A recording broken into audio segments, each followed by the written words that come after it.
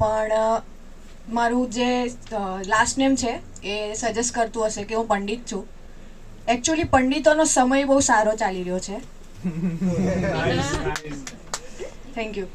પંડિતોનો સમય બહુ સારો ચાલી રહ્યો છે એટલે મેં પણ નક્કી કર્યું કે નોબેલ પીસ પ્રાઇઝમાં હું મારું નામ લખાઈ દઉં. કેમ? મેં World War IV રોકાઈ છે. બે બહુ પ્રોમિનન્ટ એન્ટિટી છે મારી, 2 પીજી મેટ્સ. એ બંને વચ્ચે ઝઘડો થઈ ગયો હતો. બે જણા છે એમાંથી એક છોકરી સોફા પર બેસીને એના થનાર માનેલા પતિ સાથે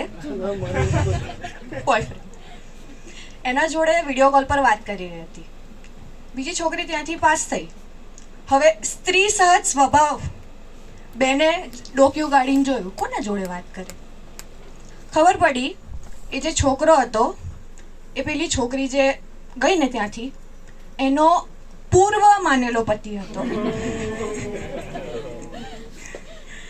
એટલે બંને વચ્ચે ઝઘડો ચાલી રહ્યો હતો. બરાબર આમ વાળ પકડીને ઝઘડાઈ રહ્યા હતા. એટલે મારી રૂમમેટ અને હું બંને જણા જોઈ રહ્યા હતા કે બધું શું ચાલી રહ્યું છે. એટલે મેં કીધું, એને મને કીધું જાઓ દીદી કે આ લોકોને રોકો. પછી હું ગઈ. હવે બંને કરતાં એજમાં હું મોટી એટલે મેં કીધું હા મારે પણ કંઈક કરવું જોઈએ. હું ત્યાં ગઈ. એ લોકોને મેં શાંત પડાયા. કીધું ચૂપ થઈ જાઓ બેઉ જણા. બંનેના હાથમાં એક ચપ્પુ આપી દીધું, કીધું ખૂન કરી નાખો. એટલે 4 જણા મને અત્યારે શોધી રહ્યા છે.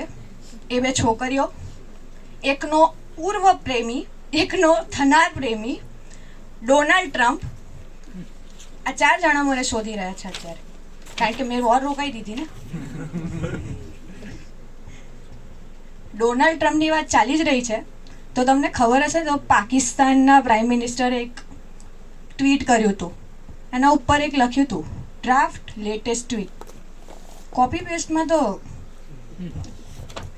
ગુજરાતીમાં એક કહેવત છે કે નકલ કરવા માટે પણ અક્કલ જોઈએ. હવે અક્કલનું અને પાકિસ્તાન બંને વિરોધી શબ્દો છે. Thank you. તો આ this is not first time in the history of humankind કે આવું કંઈક થયું હોય.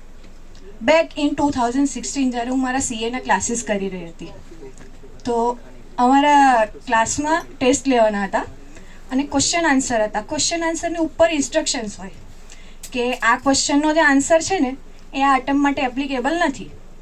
તો અમારી ધેન ટોપર ટેસ્ટમાં આન્સર લખીને આવી, એ ઇન્સ્ટ્રક્શનમાં બી ઉપર છાપીને આવી ગઈ, this question is not applicable for upcoming attempt. અને એવું કહેવામાં આવે છે કે કોઈ પણ જીવનમાં સમસ્યા આવે ને તો એનો જડ મૂળમાંથી નાશ કરવો જોઈએ. મારી રૂમમેટે એને સિરિયસલી લઈ લીધું. અને પેટ્રોલ પંપની શોર્ટેજનું એક વચ્ચે ચાલ્યું હતું ખબર છે, તો એને લાઇનમાં ઊભું રહેવું પડ્યું. તો એ બેન કંટાળી ગયા કે યાર આવું થોડું કોઈ લાઇનમાં ઊભું રહેવું પડે, તો 1 વાર 2 વાર ચાલ્યા જ રાખવાનું છે કારણ કે વર્લ્ડ વોર ચાલી રહી છે. તો એ બેને શું કર્યું, બીજા દિવસે મને ખબર પડી કે એને પેટ્રોલ પંપના માલિકને જ પટાઈ દીધો. સમસ્યાનો જડ મૂળમાંથી નાશ.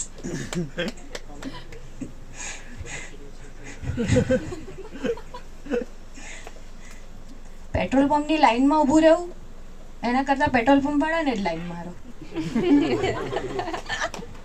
Direct source. અને પીજીનો એક ઓર કિસ્સો છે મારા પાસે. તો એક વખત અમારા પીજીમાં છે ને ચાઇનીઝ બને છે, ઝેરીલું ચાઇનીઝ.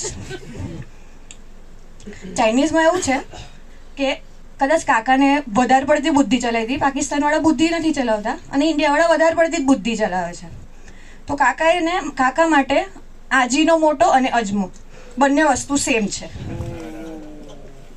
અને એ ચાઇનીઝમાં અજમાની જગ્યાએ આજીના મોટાની જગ્યાએ અજમો જ નાખે છે. એક દિવસ અમે આવું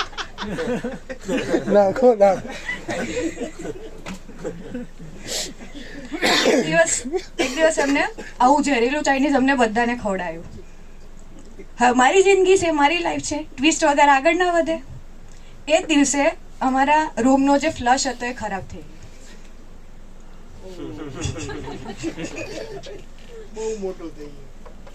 અને સેમ રૂમ 4 જણા દ્વારા શેર કરવામાં આવે છે. અને એ જ દિવસે અમને એક બજેટ એલોકેટ થયું પ્રધાનમંત્રી રૂમ ફ્રેશનર યોજના દ્વારા. So Chinese was born in China, died in Navrangpura. અને પોસ્ટમોર્ટમમાં બી અજમોર નીકળશે.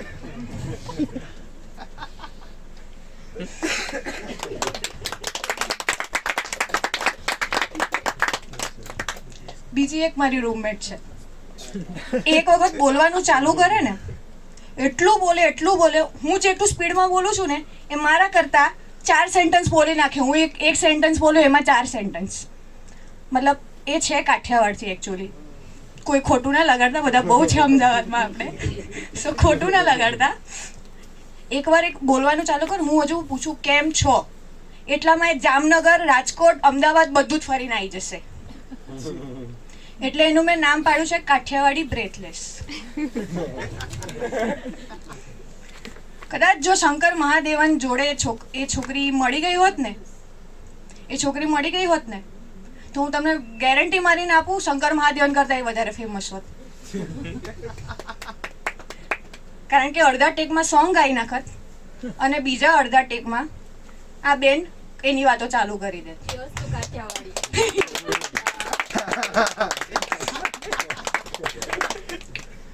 Last but not the least, please nominate me for Nobel Prize. Thank you so much.